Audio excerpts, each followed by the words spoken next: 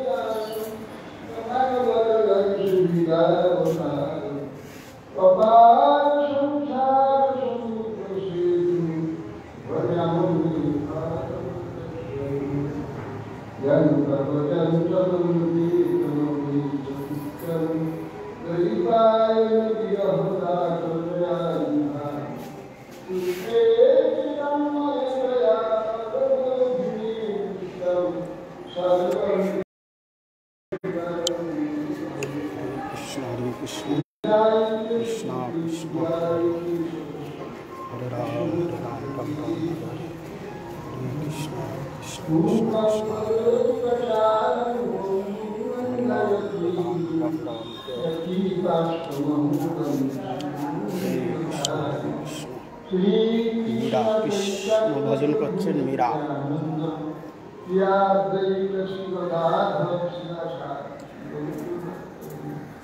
हरे कृष्णा कृष्ण कृष्ण हरे राम नमस्ते नरसिंहाय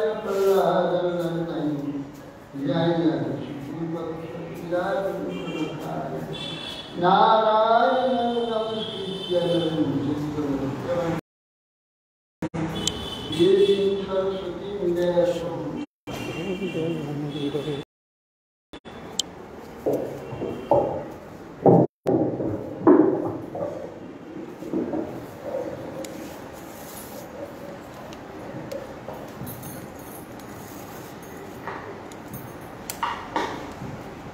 ঘুমাচ্ছ নাকি? দিলো কোথায়?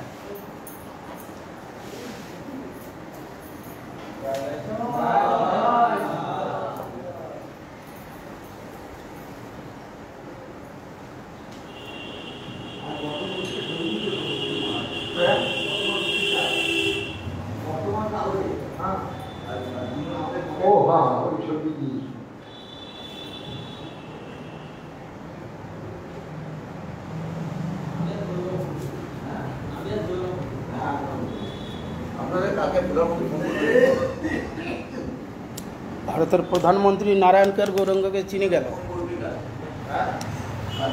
প্রধানমন্ত্রী চিনে গেল নারায়ণকে আর গৌরাঙ্গকে, কি হবে এবার? একটা বড় মন্ত্রী পদ পেয়ে যাবে। আজকে শ্রী রাধা গোবিন্দের ঝুলন যাত্রা মহোৎসবে সমাপ্তি দিন। আজ ঝুলন পূর্ণিমা তিথি, জাগতিক আজ রাখি পূর্ণিমা, রক্ষাবন্ধন। আর আজকে শ্রী বলদেবজির শুভ আবির্ভাব তিথি।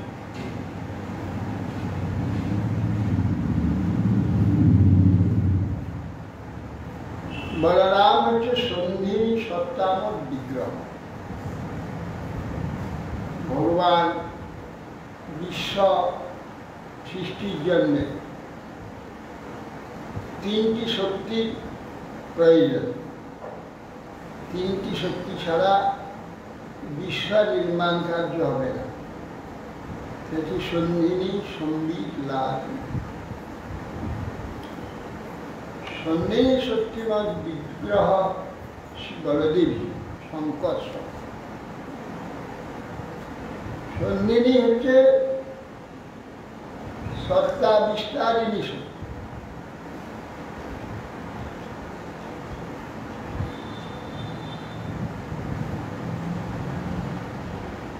সম্যককে যাবতীয় কার্য ধারণ করবে বলে সন্ধিনী। সমস্ত কার্য যার উপরে ধারিত, এটি সন্ধিনী সত্তা। সত্তা ছাড়া কোনো কার্য হবে না।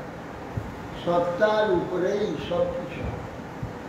সেই জন্য সত্তা বিস্তারী শক্তি শ্রী শঙ্কর বলদেব তার গুরু। এই জন্যে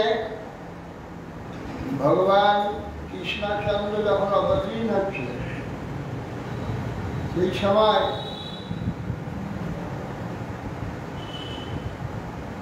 কংসকে বলে দিয়ে অষ্টম গর্ভে ভগবান আবির্ভূত হয়। অষ্টম গর্ভে ষষ্ঠ গর্ভ পর্যন্ত কংস বিনাশ করেছে। ছয়টি বিনাশের যোগ্য ছিল। সপ্তম গর্ভে এখন ভগবান অষ্টম গর্ভে আসবে। ভগবান আসার পূর্বে এখন ধাম প্রকাশ অর্থাৎ সত্তা প্রকাশ, পূর্ণ সর্বসত্তার চমৎকার শীর্ষে ভগবান। তিনি অবতীর্ণ হলেন। তার পূর্বেই ধাম প্রকাশ করবার জন্যে বলদেব এলেন দেবকীর গর্ভে। এই জন্য তার পূর্বে ভগবান যোগমায়াকে দেখে বললেন, তুমি শীঘ্রই মথুরায় গিয়ে দেবকীর সপ্তম গর্ভ আকর্ষণ।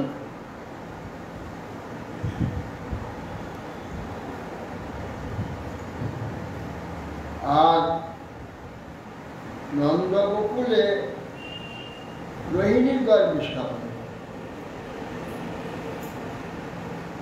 এবং তুমি নিজেই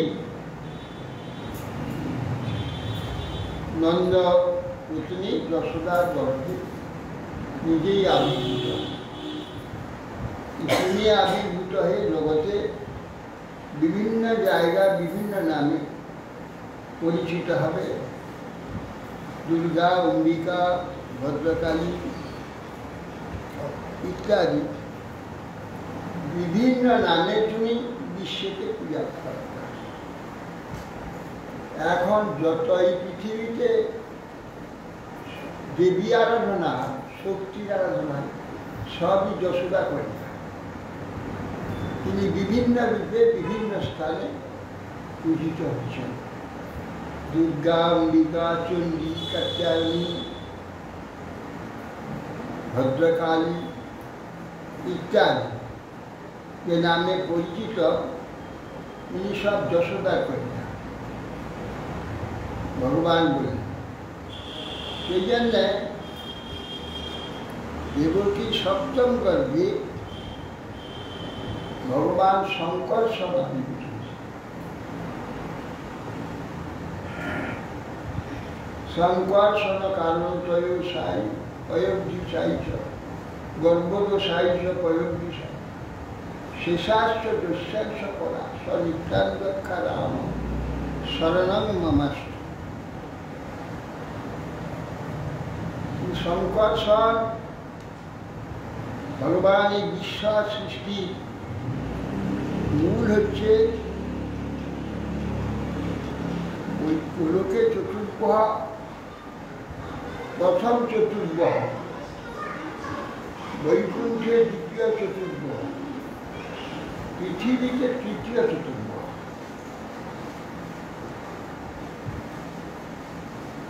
গোলকে প্রথম চতুর্ভুজ কৃষ্ণ বলরাম প্রদ্যুম্ন অনিরুদ্ধ। বৈকুণ্ঠে দ্বিতীয় চতুর্ভুজ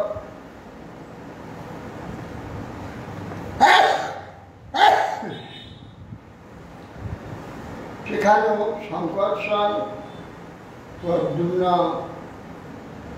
অনিরুদ্ধ বসে। চতুর্ভুজ শব্দ অর্থ বিউহ গুহ বিশেষেণ বহনকারী। গুহ মানে বহন করা, গুহ বিশেষ রূপে যে কার্যটি সেখানে সেইটা যারা বহন, গোলক কার্য, গোলকে যে বিলাস ভগবান অচিন্ত রসবিলাস, মাধুর্য বিলাস, সেই মাধুর্য বিলাস যে মাধুর্য এই চারজন তাকে সম্পাদন, এই চারজন ধরে গেছে। একটি হচ্ছে সত্তা, গোলক সত্তা, সেখানে কলিকর, যেখানে বৃন্দাবন, যমুনা, এবং সেখানে লীলার সহায় যত রকম যা কিছু আছে, কমদ কদম্ব তলা তমালা বৃক্ষ, নানা পুষ্প পুষ্পিত বিখ্যাত, ময়ূর, কোকিল, হংস, হরিণ, গাভী, যমুনা, যমুনা পুলি, যা কিছু মাধুর্যের রসের চমৎকারিতা, যে সত্তা, সেই সত্তাটি হচ্ছে শঙ্কর্ষণ। শঙ্কর্ষণ তারপরে হচ্ছে প্রদ্যুম্ন। প্রদ্যুম্ন হচ্ছে সেখানে বিলাস ও আনন্দী যে রসের চমৎকারিতা, মাধুর্য রসের যে উৎকর্ষতা, সেইটা হচ্ছে প্রদ্যুম্ন। আর সেইটা ধারণ করে লিখেছে অনিরুদ্ধ অহং।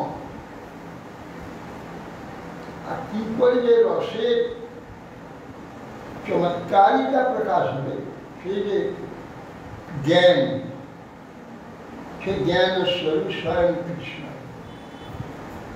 নানা রসের চমৎকারিতা, রাস, রাস শব্দ অর্থ রস বৈচিত্র্যতা, প্রাচুর্যতা, ময়তা, তাকে বলা হয় রাস। রস প্রাচুর্য, রসময়তা, রসের চমৎকারিতা, রাস। সেই যে তার যে প্রকার জ্ঞান, সেইটি হচ্ছে স্বয়ং কৃষ্ণ বাসুদেব। শঙ্কর্ষণ প্রদ্যুম্ন লিঙ্গবাস। সেই কৃষ্ণ বৈকুণ্ঠে তিনি নারায়ণ রূপে ঐশ্বর্য মূর্তি প্রকট করেছেন। সেই নারায়ণের যে চমৎকারিতা, চমৎকার সত্তা, সেটা শঙ্কর সরস্বতী। তার অপূর্ব সৌন্দর্য, কমনীয়তা, মাধুর্য, নারায়ণ প্রজ্ঞ, তার যে ভগবানের যে প্রকাশ, তার প্রকাশের যে অভিমান, যেটা নাকি নিত্য নূতন রূপে সেটা বর্ধিত অধ্যায় দিয়ে, সেইটি হচ্ছে অনিরুদ্ধ। আর বাসুদেব হচ্ছে সেখানে যে চমৎকারিতা, ঈশ্বরের যে জ্ঞান, জ্ঞান স্বরূপ হচ্ছেন বাসুদেব। এই চারটি অবস্থা স্বরূপ হচ্ছে স্বয়ং নারায়ণ। এই জন্যে এই গুহ মানে নারায়ণত্বকায়, নারায়ণের যে চমৎকারিতা, সৌন্দর্য, ঐশ্বর্য, মাধুর্য আদি, এই চারটি যে মূর্তিরূপে সেখানে ধারণ করে গেছে। এই জন্য শঙ্কর সকল অনিরুদ্ধ বাসুদেব। গুহ, এই গুহ বিশেষ করে বিশেষভাবে বহন করে। আর পৃথিবীতে চতুর্গ্রহ, এখানে যত সত্তা, বিজ্ঞান, চমৎকারিতা, এগুলো সব তৃতীয় সত্তা। সেই আর যে শঙ্কর্ষণ, বলদেব হচ্ছে বৈকুণ্ঠের, বলদেবের অংশ বৈকুণ্ঠের শঙ্কর্ষণ। গোলকের যে চারজন মাধুর্য, সেখানে মাধুর্যময় হচ্ছে গোলক বৃন্দাবন। মাধুর্য সত্তা, মাধুর্য চমৎকারিতা, আনন্দ, মাধুর্য আনন্দ, মাধুর্য হচ্ছে অভিমান আর অহংকার, মাধুর্য হচ্ছে জ্ঞান, লীলা মাধুর্য। লীলার মাধুর্য আর রসের মাধুর্য, লীলা মাধুর্য, রস মাধুর্য, রূপের মাধুরী, আর লীলার মাধুরী আর রূপের মাধুরী। রসের মাধুরী বংশী, মাধুরী ধুরি, চারটা মাধুর্য।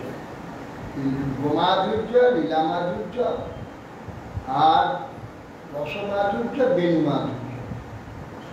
চারটা মাধুর্য পরিমণ্ডিত হচ্ছে। এখানে বৈকুণ্ঠে ঐশ্বর্যময় সত্তা, ঐশ্বর্যময় আনন্দ, ঐশ্বর্যময় অহং, ঐশ্বর্যময় চিন্তা, এর চারটি বৈকুণ্ঠ চতুর্ভ। তার মধ্যে শঙ্কর্ষণ,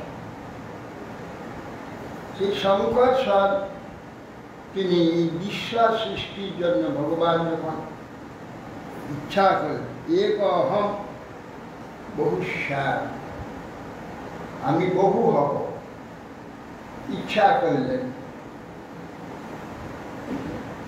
ছিল না কোনো সময় হলে, এরকম ব্যাপারটা ঈশ্বরে নেই, ঈশ্বরে হয়। কোনোটার স্থিতির নিত্য, তার সহজ ভগবানের স্বরূপ নিত্য, তার লীলা নিত্য, তার যাবতীয় সব নিত্য। কিন্তু আমরা খণ্ডকালে খণ্ড বুদ্ধি, খণ্ডিত বিচার, সেই বিচারে জিনিসটা বুঝতে গেলে একদিন শুরু করতে হয়। ঈশ্বরের শুরু বলে কিছু নেই, আর শেষ বলে কিছু নিত্য। এই জন্যে সেখানে ভগবান এই যে নিত্য, তার যে চমৎকারিতা, তার যে আনন্দ, তার চমৎকারিতা, তার রস চমৎকারিতা ইত্যাদি যা আছে, তার মধ্যে সেগুলি তিনি আস্বাদন করতে ইচ্ছা করেন। আস্বাদন তো একলা থাকলে হবে না, একলাতে আনন্দ হয়। কোনো রস আনন্দ লাভ করতে গেলে বিপরীতের বিষয় দুজনই চাই। একলা একলা কোনো রস বা কোনো আনন্দ লাভ করে যায়, দ্বিতীয় একটি চাই। সেই জন্য বললেন এক অহম বহু শ্যাম, আমি অনেক হব ভগবান ইচ্ছা করলে। আমি যে বলছি খণ্ডকালের কথাতে বলছি, ভগবান এটা সবসময় আছে, নিত্য আছে। ভগবান ইপ্রকার তিনি অনেক হবার ইচ্ছা করলেন, সেই জন্য ইচ্ছা মাত্রই কিনা ইচ্ছাময় প্রতি অনন্ত অনন্ত। প্রথমে তো তার কায় গুহা সৃষ্টি করলেন, কায় গুহা থেকে তার লীলা প্রকরণটা তৈরি করলেন। লীলা প্রকরণে যেমন রাধারানী, লক্ষ্মী আদি, সখী আদি ইত্যাদি, সখা আদি, এইসব পরিবার তার কায় বসে অবতার স্বরূপ। অবতার স্বরূপ এটা বিভক্ত দেখা গেলেও কিন্তু এক পৃথক, সেই একদের নিয়ে তো আমার এক শরীরে তো আমি আনন্দ অনুভব করবো না, তার সঙ্গে বহু দরকার। সেই যে বহু নিজে আবার অনন্ত চিৎ কম রূপে শক্তি, চিৎ শক্তিকে তিনি ভাগ করে দিয়ে অনন্ত জড় শক্তি হলো অনন্ত মায়া, আর অনন্ত তটস্থা শক্তি। তটস্থা শক্তি উভয়াত্মক, চিৎ এবং জড় উভয়া। চিৎ শক্তি কেবলই চিৎ শক্তি, আর মায়া শক্তি কেবলই মায়া শক্তি। চিৎ শক্তি কেবল চেতন, মায়া শক্তি কেবল জড়। আর তটস্থা শক্তি উভয়াত্মক, জড়েও যেতে পারে, চেতনেও যেতে পারে। চেতনে গেলে চিন্ময় হয়ে গেল, জড়ের যে সে জড় হয়ে, এখন যেমন জড় হয়ে গেছে। এই আত্মা জীবাত্মা উভয় আত্মা। ভগবান তার বিরুদ্ধ শক্তি সৃষ্টি করলেন, সৃষ্টি করে সেই সৃষ্টিদের সঙ্গে তাদের বিলাস করতে গেলে যখন সেই কণা সৃষ্টি করে সেগুলি নির্বিশেষ, তার মধ্যে কিছু নেই। বীজ একটা যখন হয়, বীজের মধ্যে সর্ববৃক্ষের স্বরূপটা বীজের মধ্যে থাকে। বীজটাকে ভেঙে ফেললে কিছুই করা যাবে না, একটাই সূত্র। বীজ বিবাত্মা, তার মধ্যে ভগবানের যত বিচিত্রতা চমৎকারিতা সবই আছে। তাকে পূর্ণতা আনতে গেলে পরিবেশ, অবস্থা ইত্যাদি সব দিতে হবে। তাকে তবে পূর্ণতা এনে তার সঙ্গে যেসব রস তার মধ্যে আছে সেইগুলি দিয়ে ওর সঙ্গে তার সঙ্গে সেই রসের বিলাস হবে। তা সর্বরসের বিলাসের যে যোগ্যতা, সেই অবস্থায় সে জীবকে আনতে হবে, তবে তার সঙ্গে বিলাস হবে। জীব না, তার যে আত্মা, তার পরিকর হবে, তাদের নিয়ে বিলাস করবে। তার মধ্যে যার যত কিছু আছে সেইগুলো ওর মধ্যে হতে হবে, ওর মধ্যে সেগুলো সব তৈরি করতে হবে। কি করে আছে তো নির্বিষ বীজ, তাকে সেগুলো করবার জন্যে 84 লক্ষ জনি সৃষ্টি করবে। 84 লক্ষ জনি সৃষ্টি করবে। কেন? প্রথমে যে শরীর করল তাকে 10টা ইন্দ্রিয় দিয়ে, তার মধ্যে যে বিচিত্রতা আছে, রস আছে, হ্যাঁ, যেগুলো সেই শান্ত দাস সক্ষ বাৎসল্য হাস্যবীর অদ্ভুত করি, তারপরে রূপ চক্ষু কর্ণ নাসিকা জিহা চল বাক পানি পাঁচ পাই 10টা ইন্দ্রিয় নির্বিষে আত্মাটাকে শরীরে 10টা ইন্দ্রিয় দিয়ে তার যে চেতনাটাকে 10 ভাগ করে দেয়, তার ভাগ নেই, যদি একাকার হয়ে আছে, ভাগ নেই, ভাগের কার্য নেই। সেই 10 ভাগের কার্য করতে গেলে তাকে 10 ভাগ করতে আলাদা করে দিতে হবে। সেই জন্যে তার মধ্যে যে সব চিত্রতা ভগবান, আবার 10টা যে ভাগ আছে, রূপ অনন্ত আছে, শব্দ অনন্ত ভাগ আছে, গন্ধ অনন্ত ভাগ আছে, এগুলো সব অনন্ত আছে। প্রথম মাত্র 10, এগুলো আবার নানাভাবে বিভক্ত, অসংখ্য। প্রথমেই 10টা সৃষ্টি করে, 10টা ইন্দ্রিয় দিলা, 10টাকে 10 ভাগে বিভক্ত হলো আলাদা আলাদা, একটা রূপ, একটা শব্দ, একটা গন্ধ, একটা রস, একটা স্পর্শ, এই যে তার বাক, পানি, পাদ, বায়ু, কষ্ট, এই 10টা 10 ভাগে সেই রসটা বিভক্ত হয়ে প্রকাশ। তখন প্রথমে 10টার অনুভব, সেই জীবাত্মা আত্মা 10 ভাবে প্রথমে তাকে প্রকাশ। সেই 10টা আবার অসংখ্য রূপ, তার জন্য 80 লক্ষ জন্ম, 4 লক্ষ বাদ, 80 লক্ষ জন্ম ধরে এইগুলো তার অভ্যাস হচ্ছে, আত্মার অভ্যাস হচ্ছে। সেই বিভক্তিটা চমৎকারিতা রেখে অভ্যাস করার জন্য 80 লক্ষ জন্ম, প্রত্যেক জন্মে আলাদা আলাদা অভিজ্ঞতা, বৃক্ষের এরকম অভিজ্ঞতা, তার কি বৃক্ষ 20 লক্ষ রকমের অভিজ্ঞতা হচ্ছে।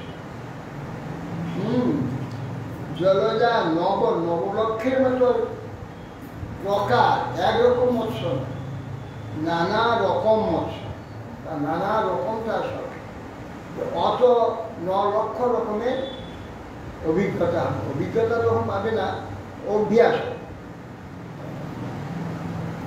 তারপরে 20 লক্ষ রকমের স্থাবর হবে, তার অভ্যাস। তারপরে 11 লক্ষ রকমের কৃমিকে, প্রত্যেক কৃমিকে আলাদা আলাদা অভিজ্ঞতা।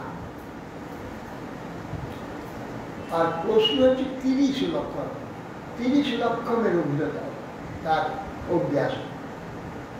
ওখানে মানব জন্মে প্রথম যখন এলো, এখন একটা মাস্টার জন্ম, এইটা বিশ্লেষণ করবার বিবেক দিল, বুদ্ধি। বুদ্ধির দ্বারা এই যে অসংখ্য জন্মের যে অভ্যাসগুলোকে অনুভব করে, বিবেক নাই তো অনুভব করে কি করে? অভ্যাসটা, অভ্যাসটা জ্ঞান হবে কি করে? শুদ্ধ হচ্ছে অভ্যাস, প্রকৃতির দ্বারা চালিত হচ্ছে, নিজস্ব কিছু করবারও নেই, কারণ বিচার নেই, তার ব্যবহার করার ক্ষমতা। প্রকৃতি যেমন তাকে বড় ব্যবহার করার জন্য তাকে চালিয়েছে, সেইভাবে চলেছে। নিজস্বতা বলে 80 লক্ষ জন্ম প্রকৃতি তাদের চালক। যেই মনুষ্য জন্মে এলো তখন নিজস্বতা, যারা বিবেক হলো, বিবেক বিচার ক্ষমতা, সেই বিচার ক্ষমতা তখন এইগুলোকে অনুভব করে বিচার বিশ্লেষণ করতে লাগে। এটা কীরকম, ওটা কীরকম, কি এর প্রকারটা কি, কি কাজ, কি উদ্দেশ্য, কি তার চমৎকারিতা, এসব অনুভব করতে। যেমন স্ট্যান্ডার্ডে তার প্রথম স্ট্যান্ডার্ড থেকে শুরু হলো, হ্যাঁ, একবার বন মানুষ থেকে শুরু হলো, হচ্ছে আস্তে আস্তে এগুচ্ছে, তত তার বুদ্ধি বা বিচারে চমৎকারিতা বাড়ছে। বসে বসে বসে একবারে যখন সেই ব্রাহ্মণ জন্মেছে গেল, তখন জ্ঞান বিজ্ঞান জন্মেছিল। এইখান থেকে এরপরে যত কিছু হবে, এইখান থেকে আসার পরে তখন তপস্যা আছে, এসে তখন জ্ঞান বিজ্ঞান আর ঈশ্বরকে জানল। সমস্ত কি জগৎটা কি, আমি কে, ঈশ্বরকে, ঈশ্বরের কার্য কি, এই সমস্ত তখন জানবে। জেনে, কারণ ঈশ্বর হচ্ছে আমার আরাধ্যদেব, আমাদের কার্যটা আরাধনা করে, এখানে জানবে। জেলে কিন্তু এই যে ৮০ লক্ষ ৮৪ লক্ষ জন্মদি মায়ার যে সুখটা অনুভব করছে, যদিও মিথ্যা, সেটা তাৎকালিক মিথ্যা, সে মিথ্যা দেখে সত্যের জ্ঞান দেওয়ার জন্য এই মিথ্যা সৃষ্টি করেছে। সেই যে অভিজ্ঞতাটা অনুভবে কিন্তু এখানে রসটা পেয়েছে, ঈশ্বরকে ব্রহ্মকে জেনেছে, ঈশ্বরকে জেনেছে, তার মহিমা জেনে, তার থেকে তার যে সৃষ্টি হয়েছে সেটা জানবে। কিন্তু তথাপি মায়ার যে আকর্ষণ, এখানে এত কাজ ভোগ করেছে, সে আকর্ষণ এই দিকে টানছে, সে ওর দিকে না গিয়ে সব এই দিকে ঘুরল। যেই ঘুরল তখন প্রারব্ধই প্রথম ছিল। এই দোষে মায়া পিশাচি ভগবানকে ভুলল, এইখানে কৃষ্ণ ভুলি সেই অনাদি বহিল, অতএব মায়া চালিয়ে দেয় সংসার। এই আরম্ভ হলো দুঃখের আরম্ভ। মায়া তাকে জননী রূপে তৈরি করতে করতে এই পর্যন্ত নিয়ে এলো জ্ঞান বিজ্ঞান জন্ম করছে, ছেড়ে দিল। এইবার তুমি তোমার কর্তব্য বিবেক পেয়ে গেলে, তখন সে এই দিকের আকর্ষণেতে ওই দিকে না গিয়ে সব এই দিকে ঘুরল। যেই দিন এই দিকে সে ঘুরল তখন তার প্রারব্ধ আরম্ভ করে। হ্যাঁ, অতএব মায়া চালিয়ে দেয় সংসারে।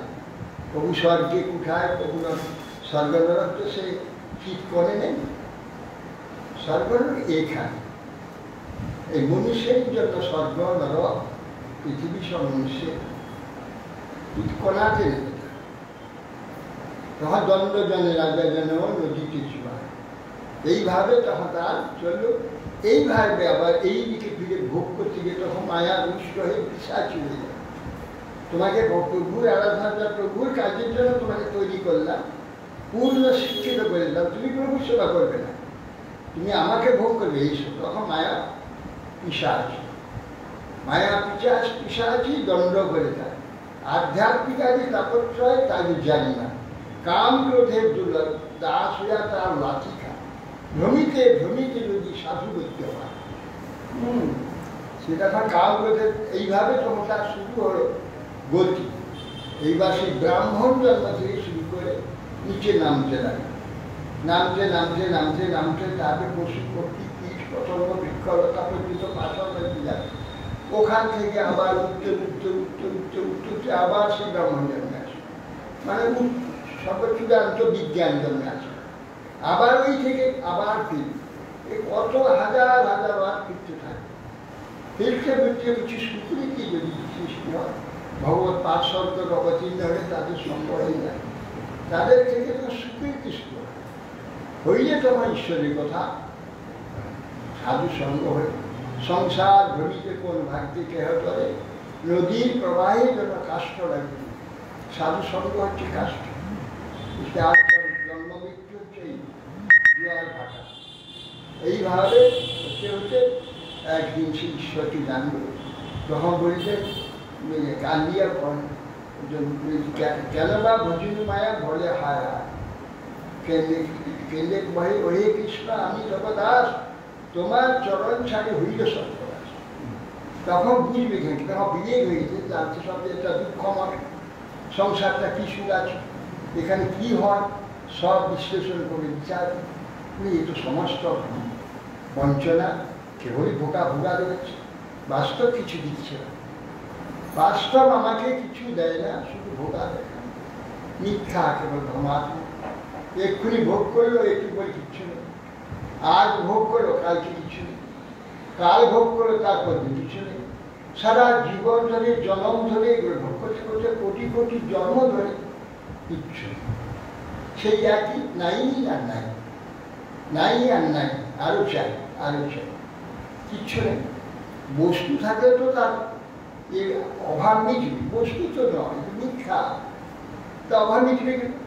কোটি কোটি জন্ম ধরে কোটি কোটি যুগ ধরে ভোগ করে আসছে, কিছুতেই তার তৃপ্তি হচ্ছে না। যতক্ষণ পর্যন্ত এর স্বরূপ জেনে একে মন থেকে ত্যাগ না করবে, ততদিন আসল যে চমৎকারিতা, আসল যে আনন্দ, আসল যে স্বরূপ কোনোদিন লাভ করতে পারবে না।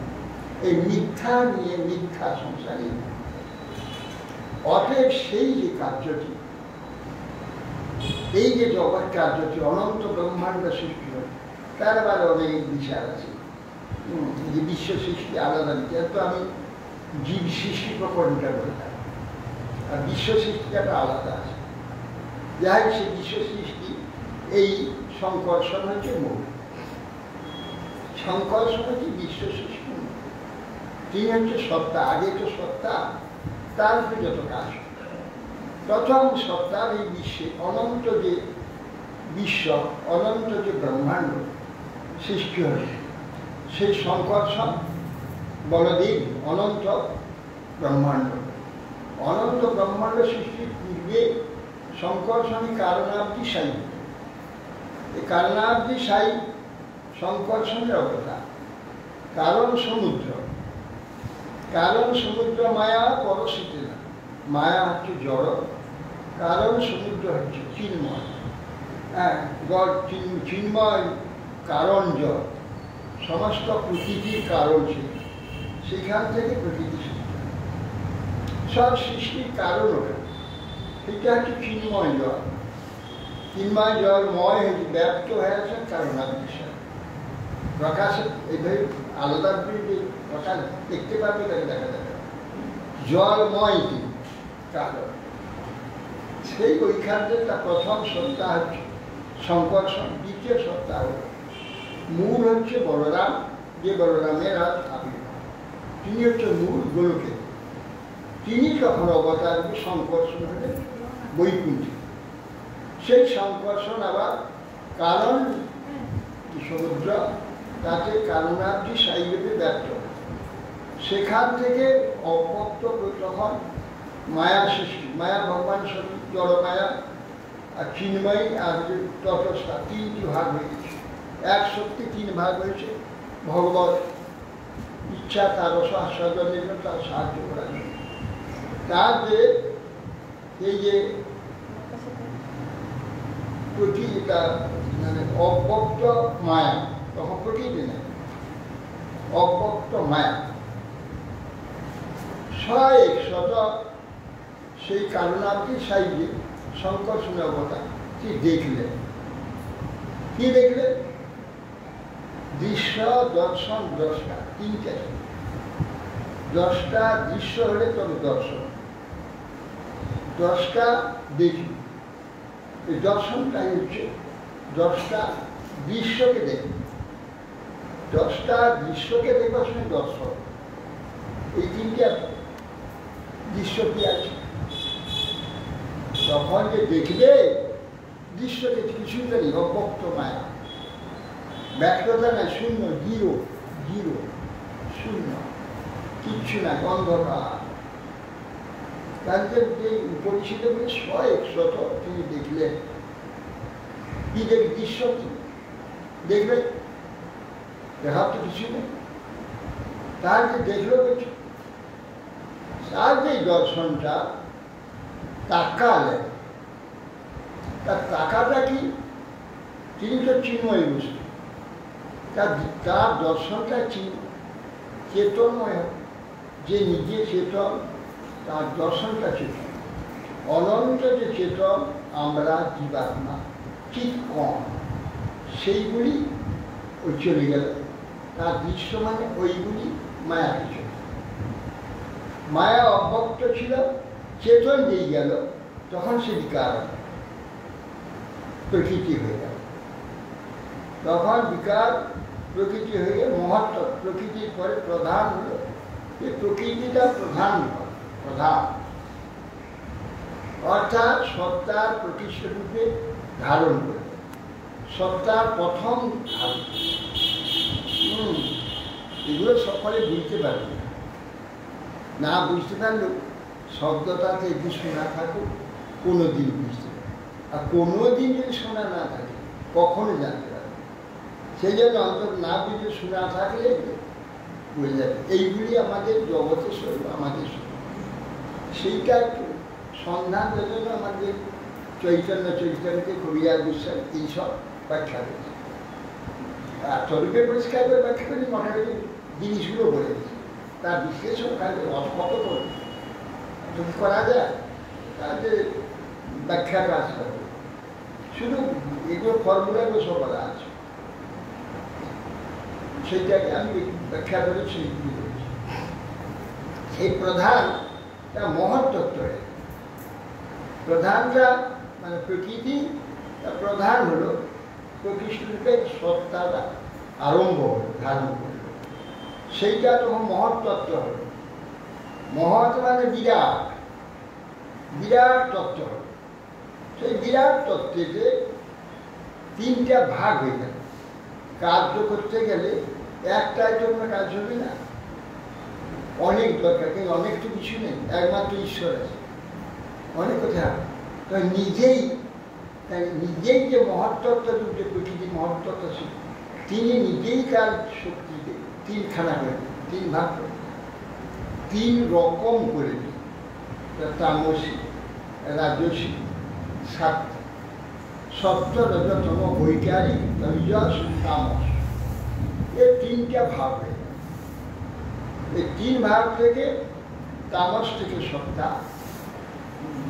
রাজস থেকে ইন্দ্রিয়গুলো, এই যে চক্ষু, কর্ণ, নাসিকা, জিহ্বা, এই সমস্ত, আর সাত্ত্বিক থেকে এইগুলো পরিচালক সৃষ্টি হলো লোকপাল, দেবতা। এই তিনটি মিলে একটা শরীর।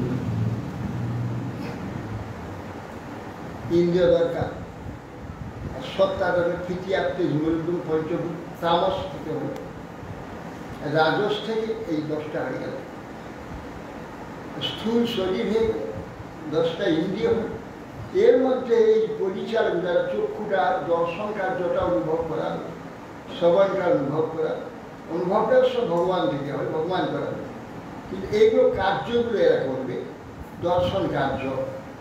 যেমন আমি তাকাচ্ছি, একটু ছবি এসে চোখে পড়ে, ছবি চোখে পড়লে আমি জানলাম যে এই জিনিসটা, সেটা কিভাবে, তার যে প্রকার, চমৎকারিতা, তার স্বরূপ, এসব ভগবান ভগবত শক্তিকে অনুভব করে। এরা তা করতে পারে না, এরা শুধু প্রকারগুলো করে দেবে। ওই লোকপাল। তা এই যে লোকপাল দেবতা, এরা সাত্ত্বিক, ইন্দ্রিয়, রাজসিক, শরীরটা তামসিক। এই তিনটাতে অনন্ত বিশ্ব। সে অনন্ত যে বিশ্ব হলো বা অনন্ত ব্রহ্মাণ্ড হলো, ব্রহ্মাণ্ড স্থূল কিছু নয়, সম্পূর্ণ সূক্ষ্ম, দেখা যাবে না। অনন্ত ব্রহ্মাণ্ডে কিন্তু দেখা যাবে না। অনন্ত ব্রহ্মাণ্ডে এইভাবে সৃষ্টি হয়ে গেল, সেগুলো সব সূক্ষ্ম, চরম সূক্ষ্ম, সেগুলো কিছু দেখা যাবে না। তার মধ্যে আবার ওই কারণাদিশাই তিনি অনন্ত যে ব্রহ্মাণ্ড, তার মধ্যে প্রবেশ করলেন। প্রবেশ কিছুই নেই, শূন্য শূন্য। সেখানে বা কি জল, কারণ জল, সেখানে সৃষ্টি হয়। এই কারণ জলে তিনি গর্ভদশায় ব্যক্ত হয়ে যান, তার মধ্যে ব্যক্ত হয়ে, গর্ভদশায় ব্যক্ত হয়ে তিনি সেখানে শয়ন করে চলে। নাভি থেকে একটি পদ্ম উৎকৃষ্ট, পদ্ম উত্থিত। এই পদ্মে ভগবান নিজেই অবতার রূপে ব্রহ্মা হয়। ব্রহ্মা মানে রজগুণ মূর্তি, রজগুণের একটি মূর্তি হল, রজগুণের একটি মূর্তি হলেন ভগবান। সেই রজমূর্তি ব্রহ্মা স্রষ্টা হল। আর যে নালটা হলো, সে নালের হচ্ছে 14টা লোক হল। এই 14টা লোকের মধ্যে একটা স্থূল হলো, এই প্রথম স্থূল হলো এই পৃথিবী। আর 9টা আর হচ্ছে 13টা হচ্ছে সূক্ষ্ম, 13টা লোক সূক্ষ্ম লোক। এই এক মধ্যে একটা হলো এই পৃথিবী।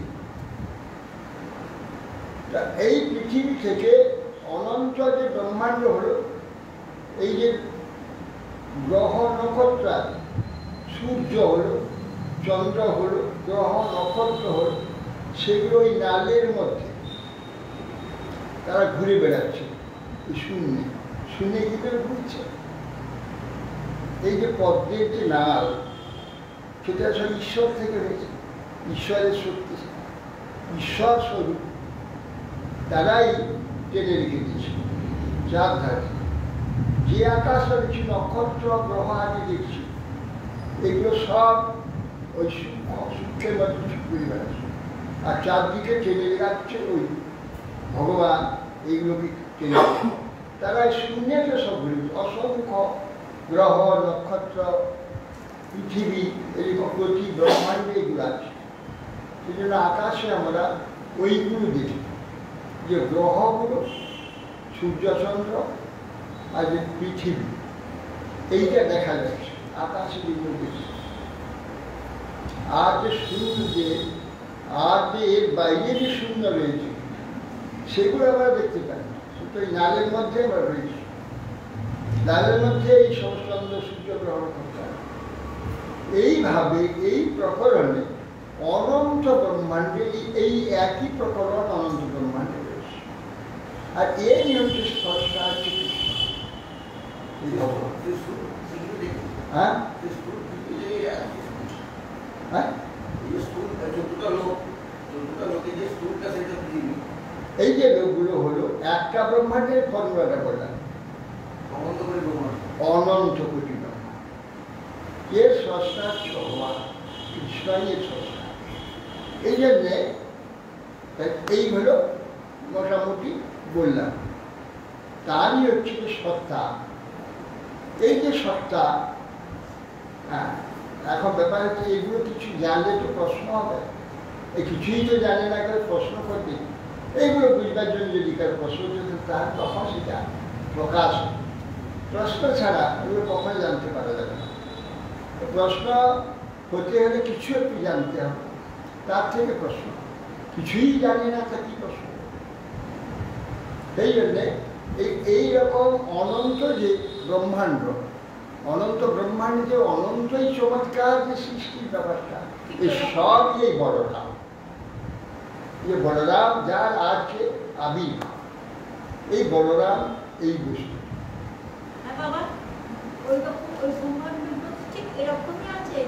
হ্যাঁ গো, এইরকম আছে, এর চেয়ে বড় আছে, এর চেয়ে ছোট আছে।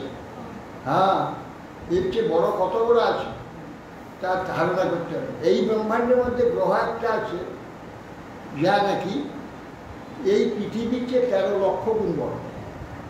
একটা গ্রহ আছে, তার নাম বৃহস্পতি। যেন বৃহস্পতি বিরাট। এই ব্রহ্মাণ্ডে একটা গ্রহ আছে, এই পৃথিবীতে যেমন চিন্তা করে একটা ইট আর 13 লক্ষ ইটের একটা যদি গাদা হয়, 13 লক্ষ ইটের গাদাটা হচ্ছে বৃহস্পতি, আর একটা ইট পৃথিবী। এত বড় বড় সমস্ত যদি এই ব্রহ্মাণ্ডের মধ্যে এত বড় বড় সব গ্রহ থাকে, তাহলে এর চেয়ে বড় ব্রহ্মাণ্ডে কত কত বড় বড় গ্রহ আছে। যেমন ব্রহ্মাণ্ড, সেই রকম মানুষ, সেই রকম সব কিছু, গ্রহ গ্রহ আদি, চন্দ্র সূর্য আদি, সেই রকম। এই প্রকার অনন্ত যে ব্রহ্মাণ্ড, তার হচ্ছে সত্তা, হচ্ছে এই বলরাম।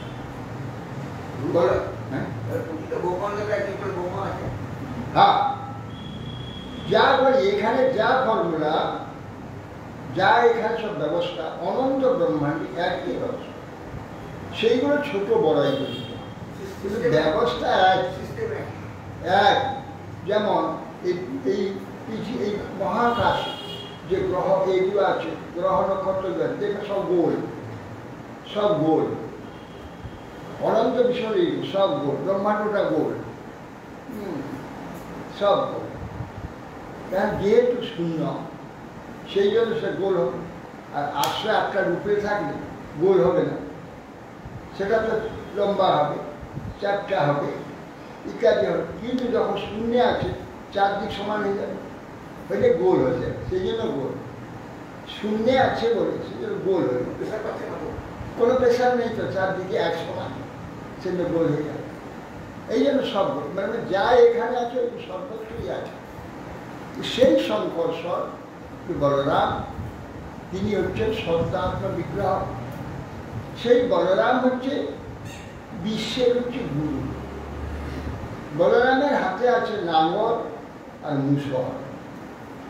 অন্যান্য যত সব দেবতা এখন দেখেন, ইন্দ্রের বজ্র আছে, ভগবান শ্রীহরি শঙ্খ চক্র গদা পদ্ম, তারপরে সার্ব ইত্যাদি, কৌমুদী গদা ইত্যাদি ইত্যাদি বহু আয়ুধ আছে। যেন অষ্টভুজ ভগবান আছে, অষ্টভুজ 8টা আয়ুধ আছে, 4 হাতে 4টে আয়ুধ আছে, আর কিছু যত ভুজ হবে তত আয়ুধ আলাদা আলাদা। এইভাবে ভগবান তিনি বহু রূপেতে, বহু অবতারেতে, বহু রূপে তিনি বিশ্ব শাসন করছেন। যে এই যে জীবগুলো আমরা আমাদের শাসন করার জন্য উনি গুরু হয়ে উপদেষ্টা হয়েছেন। হচ্ছে স্বয়ং যে কিছু জানতে হলে তো উপদেষ্টা চাই, গুরু চাই।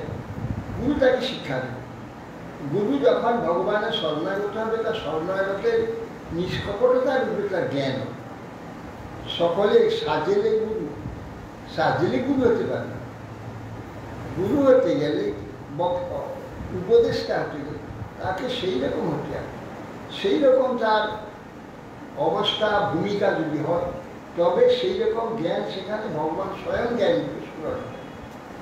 সেই জন্যে সেই ভগবান শঙ্করস্বর তিনি গুরুরূপে প্রকটিত। তিনি জীবের হৃদয়ে যে মায়ারূপ, এই যে 84 লক্ষ জন্ম ভ্রমণ করতে করতে মায়া ভোগ করতে করতে সেটা হৃদয়ে, সেই ভোগ চিন্তা করতে করতে হৃদয়টা তার একবার পাথর হয়ে গেছে, পাথর হয়ে গেছে। এখন পাথর মাটিতে যদি কোনো ফসল ফলাতে যাওয়া হয়, অমনি বীজ দিলে হবে? এই গাছটা হয়তো অঙ্কুর হবে, অঙ্কুরে গাছও বুঝে লাল হয়ে বসে থাকে। সেটা চমৎকারটা তার ইয়েটা উৎকর্ষ কিছু হবে। সেইটা কী করে? সেটাকে কর্ষণ করতে হবে।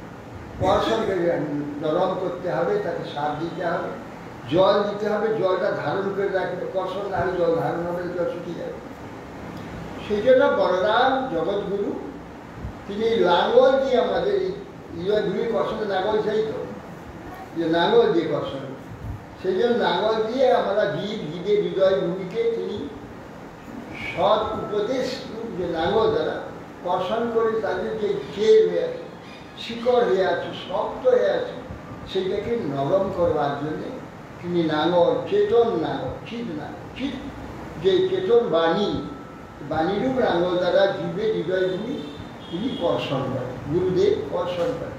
ওই যে সন্দেহ, নানা আকর্ষণ, বিকর্ষণ, অজ্ঞান, এই যে সব পাথর হয়ে আছে, সেইটাকে নরম করে করে সেখানে বীজ দিলে তখন সেখান থেকে জ্ঞান রূপ বৃক্ষ সৃষ্টি হবে, সেটা ফল ফুলেতে একদম পরিমণ্ডিত হবে। এই জন্যে ভগবান শঙ্কর আর বিরুদ্ধ হয়ে যায়, সেগুলো মানতে চায় না। স্বতন্ত্রতা আছে তো, ভগবান কিন্তু স্বতন্ত্র, জীব চেতন আত্মা আমরা তার থেকে স্বতন্ত্রতা আছে। এই স্বতন্ত্রতা অপব্যবহার করলেই এই সংসার কারাটা ঠিক ব্যবহার করলে স্বাধীন হবে। এইটা পরাধীনতা। যখন ভগবত পরায়ণ হবে, ভগবান দিয়ে তখন স্বাধীন হবে। ভগবান পূর্ণ স্বাধীন, সেও পূর্ণ স্বাধীন। কিন্তু যতক্ষণ মায়ার মধ্যে রয়েছে, মায়াকে আকর্ষণ রয়েছে, তখন পরাধীন, তার কোনো স্বাধীনতা নেই। স্বাধীন হবার জন্য ভগবান অধিকার আর অধীনতা। অধিকার হচ্ছে আমরা এসে এখানে পৃথিবীতে এসে একটা মায়ার একটা অংশকে অধিকার করছি। সে পাথরের মধ্যে আরম্ভ হল অধিকার। অধিকার স্বভাব, আমার স্বভাব হচ্ছে অধীনতা। ভগবান সে বিরাট বিভু, আমি অনু। অনু সবসময় বিভু অধীনে থাকে। তো সেই যে আমার অধীনতা স্বভাব, আর স্বভাব আমার স্বভাবে আছে অধীনতা, তার দ্বারা যত রকমের স্বাধীনতা আমি পাব। অধীন হলে কোনো একটাকে আশ্রয় করবে। সে যদি এইখানে মায়া স্বাধীন হয়, এখানে মায়া কাউকে আশ্রয় করতে হয়, তারপর যাকে আশ্রয় করবে তার মধ্যে নিয়ে যাবে। আর যদি ভগবানের অধীন হয়, ভগবান স্বাধীন, আর এইগুলো তো ক্ষুদ্র, মায়া সব ক্ষুদ্র, এ আবার অধীন আছে। তো অধীনে যদি আমি অধীন হই, আমি অধীন হয়ে যাব। ক্ষুদ্রের অধীন হয়ে যাবে। আর যদি ভগবানের অধীন হই, ভগবান স্বাধীন এবং বিরাট, বিরাটের আমি অধীন হয়ে আমি যে ক্ষুদ্র সংকীর্ণ আছি, আমি তখন বিরাট হয়ে যাব। অর্থাৎ সেই জন্যে আমার স্বরূপে হচ্ছে অধীনতা, অধিকার নেই। কিন্তু আমরা প্রথম যখন এই বিশ্বে এসেছি, প্রথম অধিকার করছি একটা জায়গায়, মায়ার একটা অংশকে অধিকার করি। সেই থেকে আমার অবস্থাটা, স্বভাবটা পাল্টেছে। পাল্টের জন্য এই দুঃখ, অনন্ত জন্ম ধরে যে দুঃখ ভোগ করছি, এইটার মূল কারণ অধিকার। এখন সেই জন্য সর্বশাস্ত্রীয় অধিকার ছাড়ো, অধিকার ছাড়ো, অধীন হও। যেই অধিকারকে আনুগত্য বলে অধীনতা। অধীন হলেই তবে স্বাধীন হবে। আর যত স্বাধীন এখানে হবে, যত বেশি স্বাধীন, তত বেশি অধিকার অধীন হয়ে যাবে, তত বেশি অধীন হবে। যত স্বাধীন হবে, যত অধীন হবে, তত স্বাধীন হবে। অধীন হলে আনুগত্য হবে ভগবান বিরাটের অধীন হচ্ছে, ক্ষুদ্রের অধীন। এখানে ক্ষুদ্র সব, ক্ষুদ্র ক্ষুদ্রের অধীন যত হবে, তত ক্ষুদ্রের দিকে চলে যাবে। ভগবান বিরাট, বিশাল, তার যত অধীন হবে তত বিশাল হবে, বাড়তে থাকে, বিরাট হয়ে যাবে, ক্ষুদ্রতা থেকে নিষ্কৃত। এই জন্য দুটো এই অধীন করবার জন্য ভগবান জগৎগুরু, তিনি নিত্যানন্দ হয়েছেন। এই বড়দের নিত্যানন্দ হয়েছে, সে নিত্যানন্দ জগৎগুরু। যখন অধীনতা আরম্ভ হয়ে গেল, তখন তার কল্যাণ শুরু হয়ে গেল। যতদিন অধীনতা না করবে, ততদিন তার কল্যাণ নেই, মঙ্গল নেই, কিছু নেই, ক্ষুদ্রতা। এই জন্য অধীনতা, অধিকার। হ্যাঁ, অধিকারটা আমার স্বভাব নয়, এটা আমার স্বভাবের বিরোধ। সেই জন্য অধীনতাটা নিতে হবে, অধিকার ছাড়তে হবে। এই যে অধিকার, অধীনতায় নিয়ে যাবেন এই শঙ্কর্ষণ ভগবান বলরাম, তিনি লাঙ্গল আর শাসন তাকে কষ্ট দেয়। যদি সে অধীন না হয়, সে যদি অধিকারে যায়, তাকে শাসকের মুসল আঘাত, অর্থাৎ তাকে শাস্তি দিই, তাকে অধীনতা করবার জন্য তিনি ওই। আর উপদেশ ঠিক বাণীরূপ যে উপদেশগুলো নাঙ্গল, সেই নাঙ্গল যে হৃদয় বীজ বর্ষণ করে, সেই গুরু আমাকে ভক্তির যে বীজ সেখানে উপদেশ দেয়। আর সেইটাকে সংরক্ষণ করবার জন্য শাসন করে, যে মুসল শাসন করে ভক্তিকে সংরক্ষণ করে সেইটা বাড়তে বাড়তে উপজিয়া বাড়ে লতা ব্রহ্মাণ্ড ভেদিয়া, বিরোজা ব্রহ্মণ ভেদি পরব, তবে যায় তদুপরি গোলক বৃন্দাবন, কৃষ্ণচরণ কর পবিত্র করে। তারপর সেই যে এই যে বীজ গুরুদেব যান, সেই গুরুদেব শঙ্কর্ষণ বলরাম, তিনি বর্তমানে এখানে মহাপুরুষের নিত্যানন্দ আরম্ভ করছে। সেই নিত্যানন্দেই বলরাম। এই বলরাম আজকে তিনি রোহিণীর গর্ভেতে, এই যোগমায়া দেবী দেবকীর গর্ভ থেকে আকর্ষণ করে দিয়ে সেই রোহিণীর গর্ভে স্থাপন করেছিলেন। রোহিণীর গর্ভ থেকে তিনি আত্মপ্রকাশ করেছিলেন বলরাম। কৃষ্ণের যাবতীয় লীলার প্রধান সহায় বলরাম। বলরাম সর্বত্র তার সহায় করেছেন। এই প্রকার আর সেই বলদেবের তার তো অনন্ত মহিমা, কি বলবো, কি তার অনন্ত অনন্ত তার মহিমা। ভগবান অনন্ত, তার মহিমা অনন্ত। এই বড়দেব যে অনন্ত মহিমা, কতটুকু আর তার মহিমান্ত হবে। যাই তিনি বামদেবকে প্রসন্ন হোক, কৃপাদৃষ্টি করুন। কৃষ্ণার কৃপাদৃষ্টি পাঠ করে তার কৃপাদি, অর্থাৎ জগৎগুলি যে বলরাম, তিনি যদি কৃপা করেন, তার কৃপাদি আমি একদিন সেই পরমানন্দময় ধাম, যে উৎকুণ্ঠ ধাম, গোলকধাম, পরমানন্দময় যে ভগবান গোবিন্দ, তার পাদ পদ্ম শিবাদি সহায়, তার পাদ পদ্ম শিবায় করাবার জন্য, তার পাদ পদ্ম পত্রিকার মূল গুরুই হচ্ছে তার প্রধান মূল। তিনি জগৎগুরু রূপে, সেই শঙ্কর্ষণ বলরাম তিনি গুরু রূপে। সমস্ত অনন্ত জীব এখন যে তৈরি হয়ে গেছে, এবার তার সেই ভগবানের যে বিলাস, সেই যে অনন্ত রসবিলাস, সেই বিলাসের সাহায্যকারী রূপে জীব সেখানে গিয়ে অনন্ত রসশক্তি, সেইটার জন্যে এই অনন্ত বিশ্ব, অনন্ত ব্রহ্মাণ্ড, অনন্ত জীব, এই সব এর থেকে বহুটা চমৎকারিতা আছে। অতএব সেই বড়দেব কৃপাগুরু জগৎগুরু বড়দেব গুরুদেব অনন্ত যত গুরু আছে জগৎ বিশ্বে সব সেই বলরাম। বলরামের প্রকাশ তাতে নিষ্কপট যে যেমন শরণাগত সেই রকম গুরুত্ব বা সেই রকম জ্ঞান তার মধ্যে শিখা। অতএব আজ তিনি আমাদের প্রসন্ন হোক। বড়দেব তিনি আমাদের নিত্যানন্দকে আবির্ভূত হয়ে আমাদেরকে তিনি কৃপা করে অনন্ত আচন্যা সবাইকে কৃপা করেছেন, সবাইকে কৃষ্ণ ভক্তি কৃষ্ণ প্রেম দান করেছেন। সেই বলভদ্র তার পাঠ করবে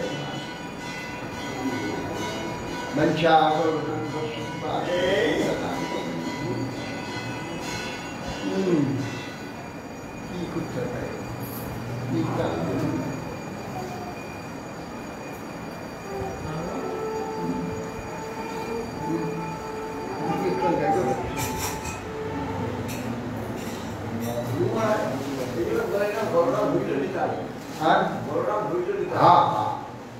বলরাম তো নিতাই হয়েছে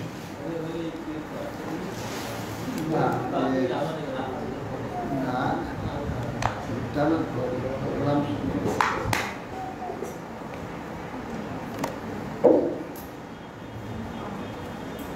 পরমা করুণা প্রভু তুমি জানা নিতাই গৌরা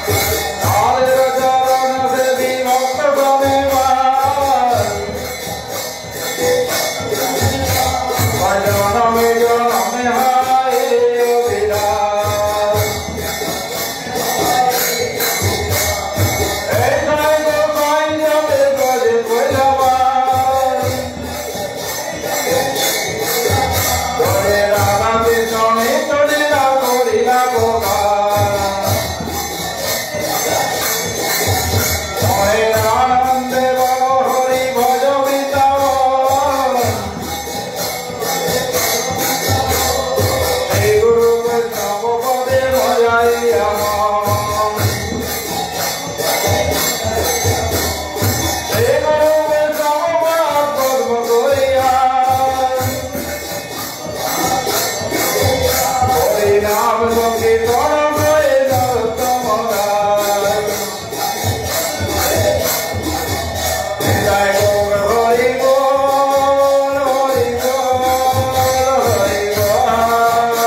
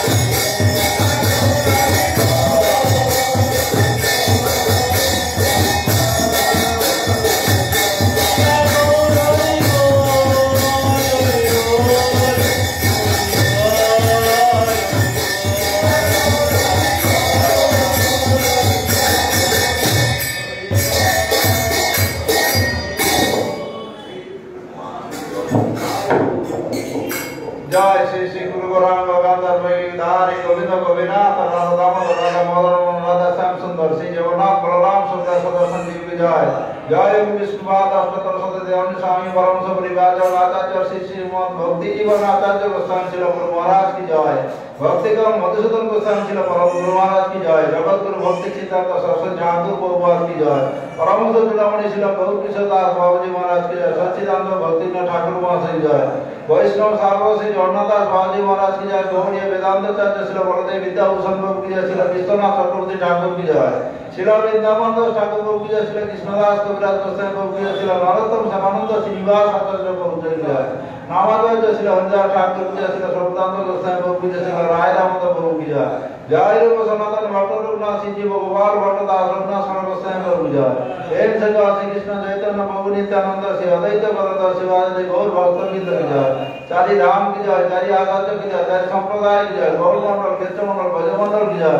भक्ति विघ्न भक्त विघ्न सर्व विघ्न विनाशनकारी भगवान नृसिंहदेव की जय। गोपाल नारद महाभागवत की जय।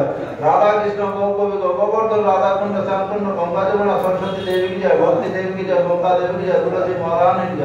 श्री गोविंद गोपीनाथ मदन मोहन की जय। श्री कृष्ण नाम रूप गुण लीला धाम परिकर की जय। जय श्री कृष्ण चैतन्य मोहन की जय।